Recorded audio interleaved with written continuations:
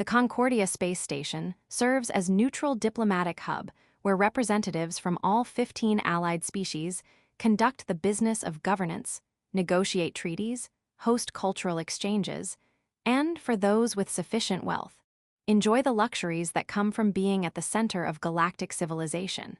Lady Seraphina has lived on Concordia for 3 years and has never once thought about how the station actually functions. She exists entirely in what station architecture calls public space. The elegant corridors with decorative panels and comfortable atmospheric regulation, the exclusive entertainment districts where wealthy clientele gather for sophisticated recreation, the private residential sections where nobles and high-ranking officials maintain apartments that cost more per month than most station workers earn annually. Public space is designed for comfort and display. Wide corridors allowing multiple people to walk abreast, artistic lighting creating pleasant ambience, temperature and atmospheric composition regulated to precise comfort specifications, decorative architecture disguising the functional reality that Concordia is fundamentally a massive life support system, keeping thousands of beings alive in the vacuum of space. What Seraphina has never considered is that public space represents maybe 40% of the station's actual volume. The remaining 60% is service infrastructure. The mechanical systems, atmospheric processors, waste management, power distribution, all the unglamorous but essential systems that keep station functioning. And running parallel to every public corridor is a service corridor. Narrow maintenance passage allowing station workers to access the systems that public space passengers depend on without intruding on the comfortable environment those systems create. The service corridors are deliberately designed to be invisible. Access points hidden behind decorative panels. Entrances marked only with small utilitarian signage that blends into architectural details. The entire parallel network of passages built specifically so that wealthy clientele never have to see the maintenance workers or think about the labor that sustains their comfortable existence. Seraphina has walked past service access doors thousands of times without ever registering their existence. Has been in elegant public corridors while maintenance workers moved through parallel service passages just meters away, completely unaware of their presence. Has lived for 3 years on a station maintained by hundreds of workers. She's never noticed, because the architecture specifically prevents people like her from having to acknowledge people like them. She's daughter of House Meridian, one of the wealthiest Thessari noble families. Her father controls significant commercial interests across multiple systems. Her family's political influence extends through generations of careful alliance building and strategic marriages. She's on Concordia representing her house's interests in various diplomatic and commercial negotiations. Living the life of wealthy noble where her primary concerns are which exclusive events to attend and which political alliances to cultivate. The service corridors, the narrow, harsh-lit, purely functional passages where maintenance workers spend their shifts, exist in a reality completely separate from hers. She doesn't think about them because she's never had to. The station architecture ensures that people with her wealth and status can live comfortably without ever confronting the labor that makes that comfort possible. That separation, the designed invisibility of the service infrastructure and the workers who maintain it, is what keeps Concordia functioning smoothly. Public space passengers get the elegant environment they pay premium prices for. Service workers get clearly defined territories where they can perform necessary maintenance without having to navigate the social complexities of interacting with wealthy clientele who would rather not acknowledge their existence. It's a hierarchy built into the station's physical architecture. Public space for those who can afford it. Service space for those who maintain it. 2 parallel realities occupying the same station but designed to never intersect. Until circumstances force Seraphina into the service corridors, and she discovers that the parallel world she never noticed is not as safe or as empty as she assumed. She's leaving a private function in one of the station's exclusive entertainment districts. Cultural event hosted by Courteous diplomatic mission, attended by wealthy representatives from multiple species, the kind of sophisticated gathering where politics and social positioning happen through carefully choreographed interactions. her personal security detail is with her. Commander Vethros and 2 junior guards, professional protection that noble houses maintain when their members travel in spaces where political rivalries might create security concerns. The event concludes. Seraphina is walking toward the transport platform that will take her back to her residential section when she notices a group of Thessari from House Cavern, rival noble house with long-standing political tensions with House Meridian, moving to intercept her path. Vethros notices too, steps forward to create physical barrier between Seraphina and the Cavern group. Lady Seraphina is departing. Please allow passage. We just wanted to speak with the daughter of Meridian, Lord Cavern says. His tone is ostensibly polite, but carrying undertones of threat that everyone present recognizes. About certain commercial interests that her father's house has been aggressively pursuing, in territories that Cavern considers our sphere of influence. This is neither the time nor the place for commercial negotiations, Vethros replies. If House Cavern wishes to address concerns with House Meridian, appropriate diplomatic channels exist. We're not interested in diplomatic channels, one of Cavern's security personnel says.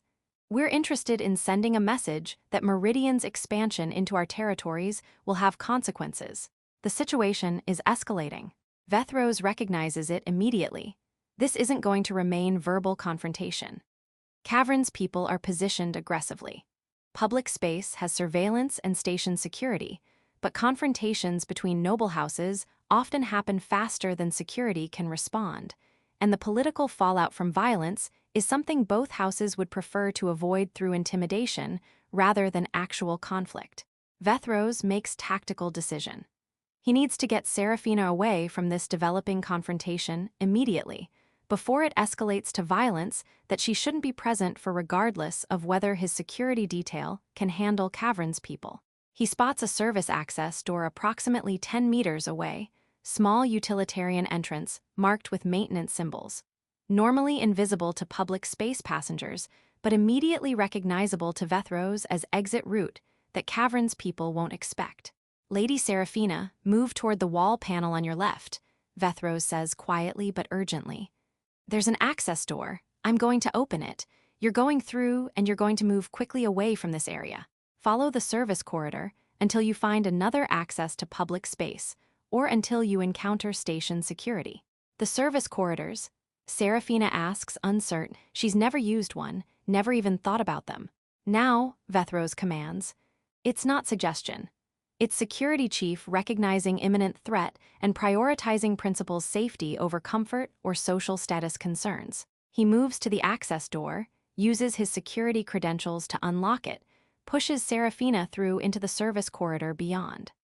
The last thing she sees before the door closes is Vethros and his guards positioning themselves to intercept Cavern's people, preventing them from following her through the service access. Then she's alone in a completely unfamiliar environment. The service corridor is nothing like public space. Narrow, barely wide enough for 2 people to pass each other. Harsh utility lighting creating stark shadows. Bare metal walls showing the station's structural framework without decorative covering. Mechanical sounds that public space acoustics suppress. Atmospheric processors cycling, power conduits humming, the ambient noise of station systems functioning. No comfortable temperature regulation. It's slightly cooler here, optimized for equipment rather than for passenger comfort. No decorative architecture disguising functional reality. This is just passage for accessing maintenance systems, designed for efficiency rather than aesthetics. Seraphina stands frozen for a moment, completely disoriented.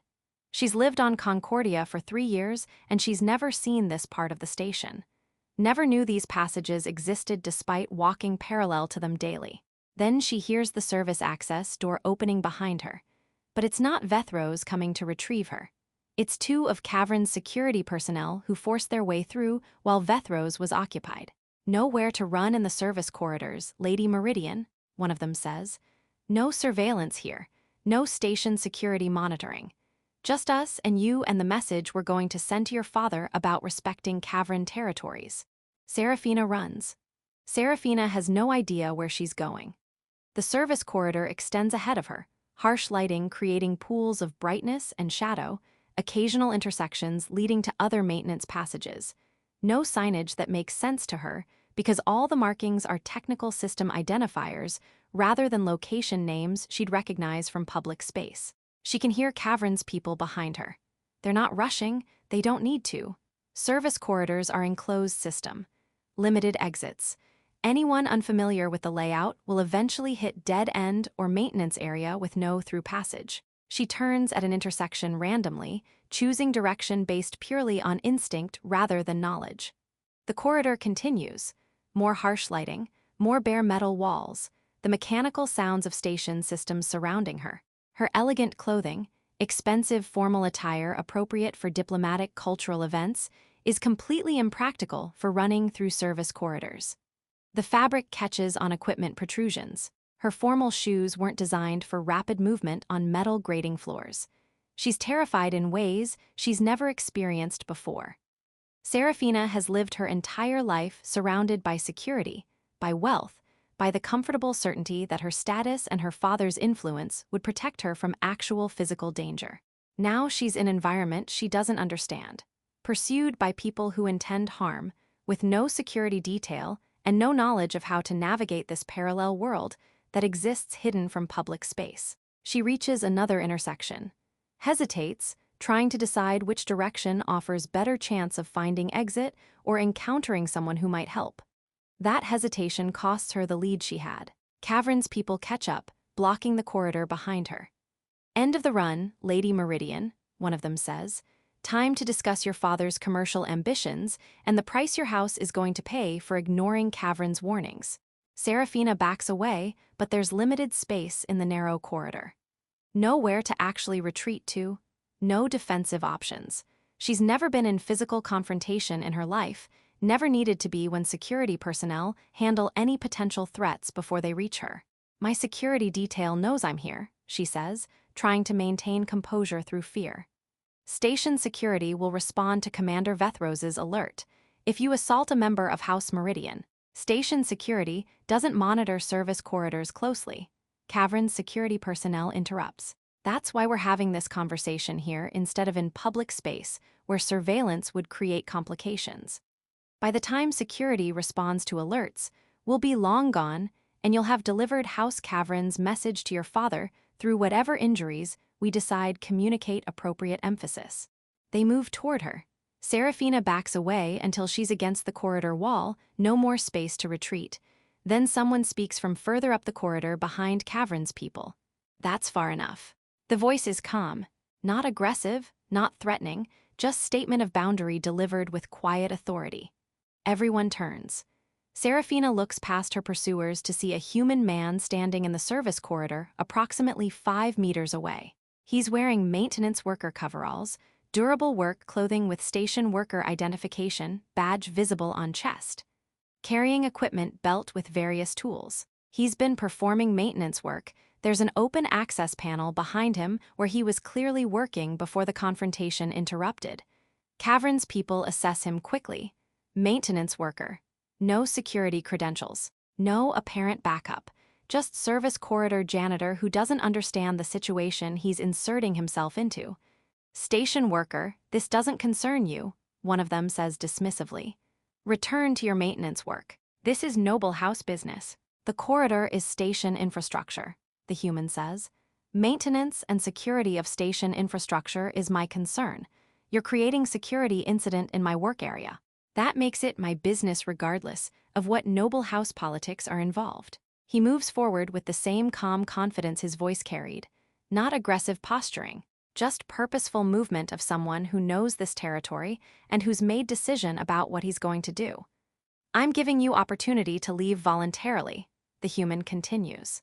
You can exit through the service access you came through and return to public space, where noble house conflicts belong. Or you can continue pursuing confrontation with station worker, who's informing you that assaulting passengers in service corridors creates incident reports that will absolutely involve station security regardless of noble house influence. Cavern's people exchange glances. They came here to intimidate Seraphina, to send message to House Meridian. They didn't expect to encounter maintenance worker who's apparently willing to intervene despite having no authority and no obvious tactical advantage. Station worker, you should consider carefully whether inserting yourself into this situation serves your continued employment, one of them says. House Cavern has significant influence on Concordia. Creating problems for Cavern security personnel could have negative consequences for your career. Could, the human acknowledges. But assaulting passengers in service corridors will definitely have consequences for yours. I'm offering you exit option before this becomes formal incident. I suggest you take it. His tone hasn't changed. Still calm, still not aggressive, but something in his posture, the way he's standing, the confidence in his positioning, suggests this isn't bluff. This is someone who's genuinely prepared to prevent them from continuing their pursuit of Seraphina regardless of the costs. One of Cavern's people moves toward him, apparently deciding that intimidating or removing a service corridor worker is simpler than retreating. The human watches Cavern's people retreat until they're through the service access and the door closes behind them. Then he turns his attention to Seraphina with the same calm professionalism. "Are you injured?" he asks, not deferential, not treating her differently because of her obvious wealth and status. Just straightforward question about her physical condition. "No," Seraphina says. She's still processing what just happened.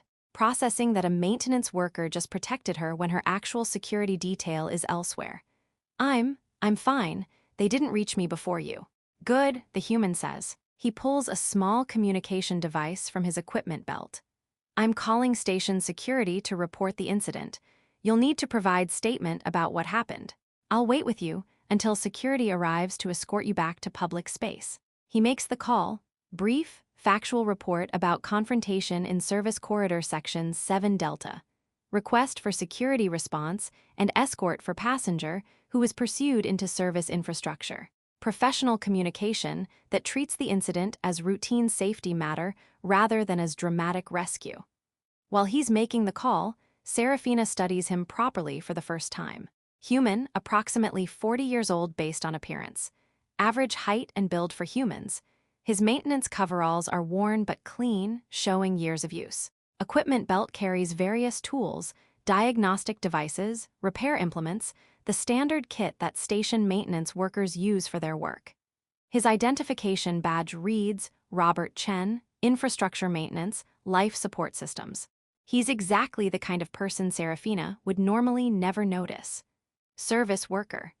Lower status than the security personnel she employs, certainly far lower status than her own position as daughter of noble house. The type of person who exists in the invisible parallel reality of service corridors, performing necessary labor that public space passengers depend on without ever thinking about.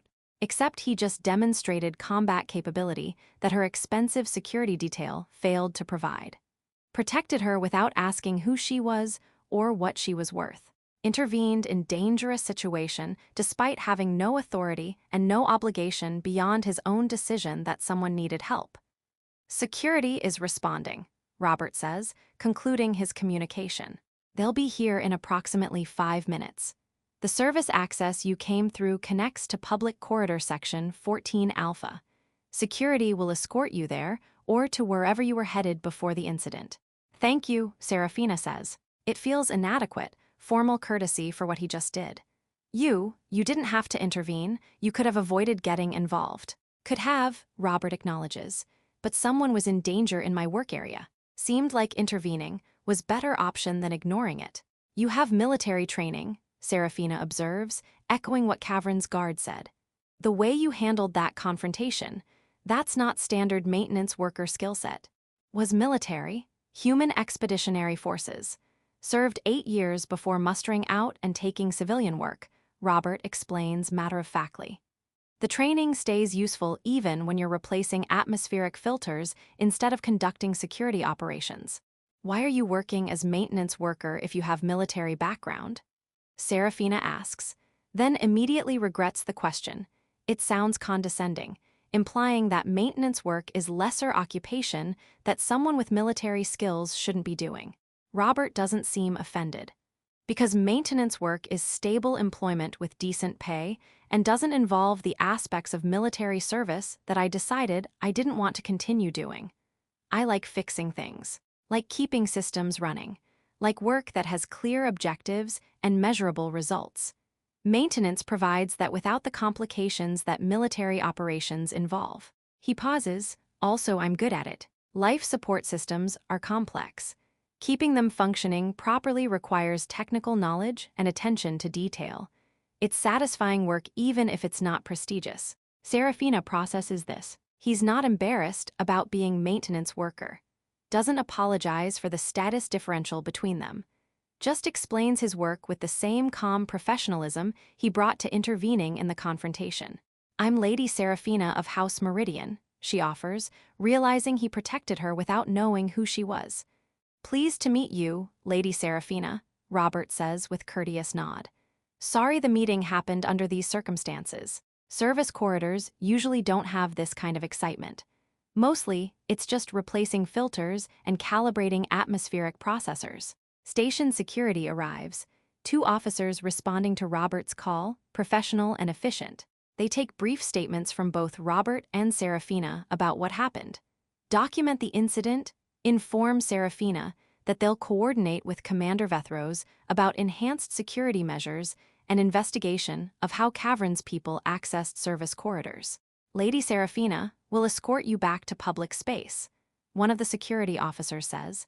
Your security detail has been notified that you're safe and that we're bringing you to rendezvous point. Seraphina nods, turns to Robert. Thank you again for intervening, for protecting me when you didn't have to. Take care, Lady Seraphina, Robert says. He's already returning to the open access panel where he was working before the incident interrupted his maintenance routine. As security escorts her through the service corridors back toward public space, Seraphina keeps thinking about the human maintenance worker who just demonstrated more genuine protection than her expensive security detail provided, who intervened without calculating advantage or reward, who treated her with courtesy and professionalism without performing deference to her status, who returned to his unglamorous work of replacing atmospheric filters as though protecting noble house daughters from assault was just routine part of his job responsibilities. When she reaches public space and reunites with Commander Vethros, who's relieved she's safe and immediately begins explaining what happened with the cavern confrontation and why he had to send her through service corridors, she barely processes his debriefing. She's still thinking about Robert Chen, about how someone she would never have noticed under normal circumstances just showed her what genuine protection looks like, about how the hierarchy she thought defined value and importance suddenly seems much less meaningful than it did before she encountered someone who demonstrated dignity and capability that had nothing to do with wealth or title. The way she looks at service workers changes from that moment, not immediately, not dramatically, but fundamentally. 3 days after the incident, Seraphina does something she's never done before. She asks station administration for information about infrastructure maintenance personnel. Specifically, she requests details about Robert Chen's employment record, his responsibilities, and the work he performs in the service corridors she never knew existed until circumstances forced her into them. The administration official she speaks with seems confused by the request. Lady Seraphina, may I ask why you need information about a maintenance worker? If you're experiencing issues with your residential section's environmental systems, we can dispatch appropriate personnel to address. I'm not experiencing maintenance issues, Seraphina interrupts. I want to understand what infrastructure maintenance workers do, what their responsibilities are, how the station's life support systems actually function. The official provides the information, though his confusion is evident. Why would daughter of wealthy noble house care about the unglamorous details of station maintenance work? Seraphina learns that Robert is assigned to life support systems maintenance, specifically atmospheric processing and environmental regulation. His work involves monitoring air quality throughout the station, replacing filters, calibrating processors, responding to any system anomalies that could affect breathable atmosphere or temperature regulation. It's essential work, the kind of labor that keeps thousands of station residents alive in vacuum of space. Work that has to be done correctly or people die from atmospheric contamination or life support failure. And it's completely invisible to people like her. Done in service corridors by workers she never noticed, Essential but unrecognized.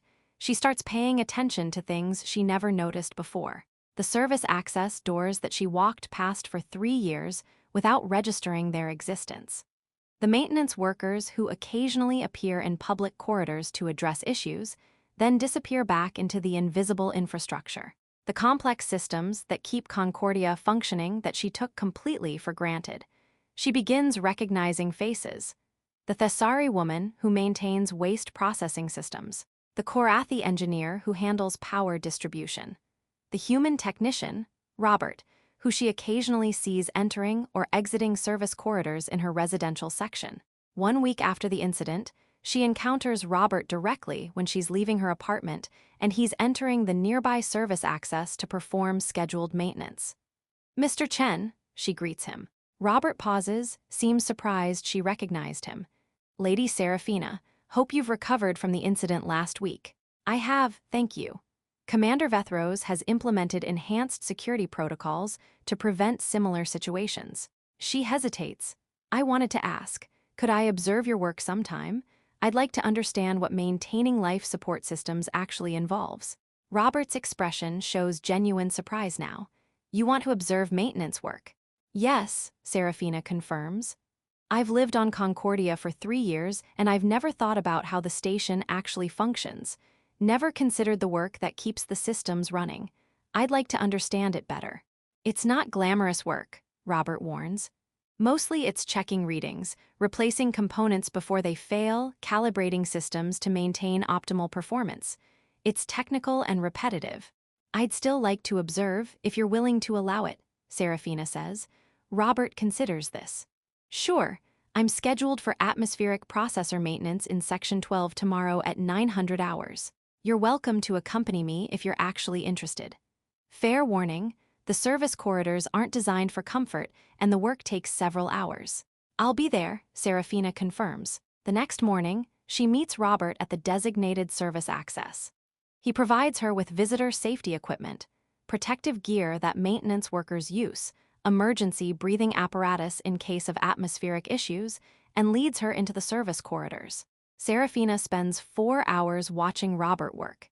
He explains each task as he performs it, checking atmospheric composition readings, inspecting filter units for degradation, replacing components that are approaching end of service life, calibrating processor settings to account for changes in station population and usage patterns. It's detailed, technical work requiring knowledge and precision. Work that directly affects the breathable atmosphere that everyone on the station depends on. Essential labor that she never thought about because it happens invisibly in the service corridors. "This is what you do every day?" she asks at one point. "This and similar tasks across different station sections," Robert confirms. "Life support systems require constant monitoring and maintenance. If we don't keep them functioning properly, atmospheric quality degrades and people get sick or injured. So yeah, this is the daily work, making sure everyone can breathe safely." "It's important work," Seraphina observes. "It is," Robert agrees. "Though most people don't think about it, they just expect the air to be breathable and the temperature to be comfortable. Which is fine, that's what good maintenance achieves. Systems work properly, and people don't have to worry about them." At the end of the observation, Seraphina thanks Robert for his patience in explaining his work. Returns to public space, thinking about what she learned. Essential labor performed by people she never noticed. Work that keeps her alive that she took completely for granted. Dignity and capability demonstrated by someone whose status in station hierarchy is far below hers but whose actual value, measured by contribution and character rather than by wealth, might be considerably higher. Over the following months, she continues learning. Observes other maintenance workers with their permission. Begins understanding the complex systems that keep Concordia functioning. Starts recognizing the people who maintain those systems not as invisible service workers, but as skilled professionals performing essential work.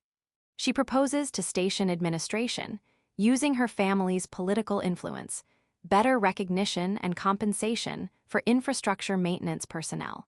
Suggests making service corridor work more visible to public space passengers through informational displays explaining what maintenance workers do and why their labor is essential. Some of her proposals are implemented.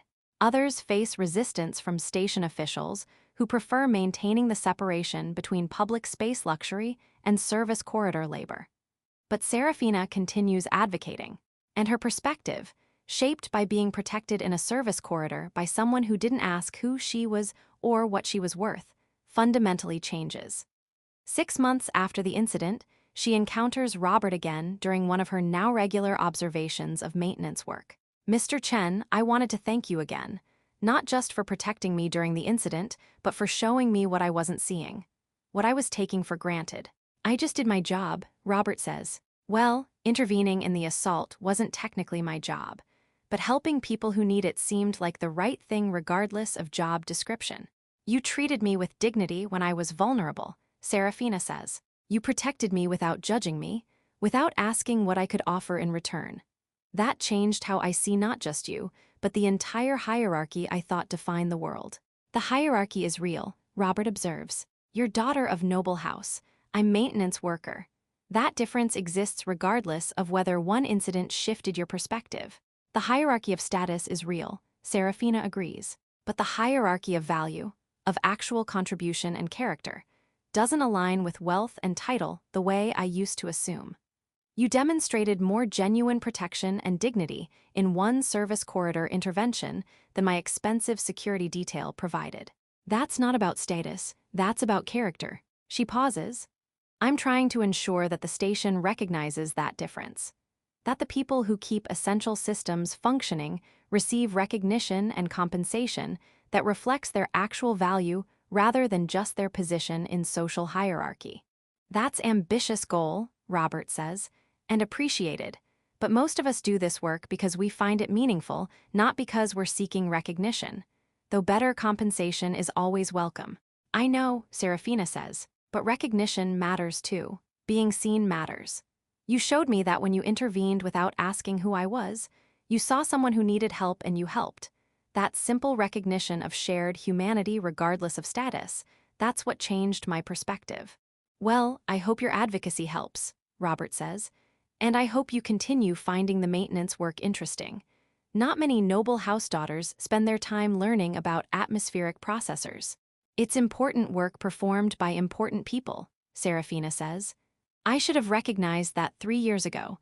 I'm grateful that circumstances, however unpleasant they were, taught me to see what was always there." In a service corridor, a human janitor intervened. He didn't posture or lecture. He resolved the problem with practiced calm, shielding her without asking who she was or what she was worth. Only after did the wealthy alien woman realize what just happened and who did it. The way she looked at him changed. And through him, the way she looked at value and dignity and hierarchy. Human dignity beyond status. True value not tied to wealth or title.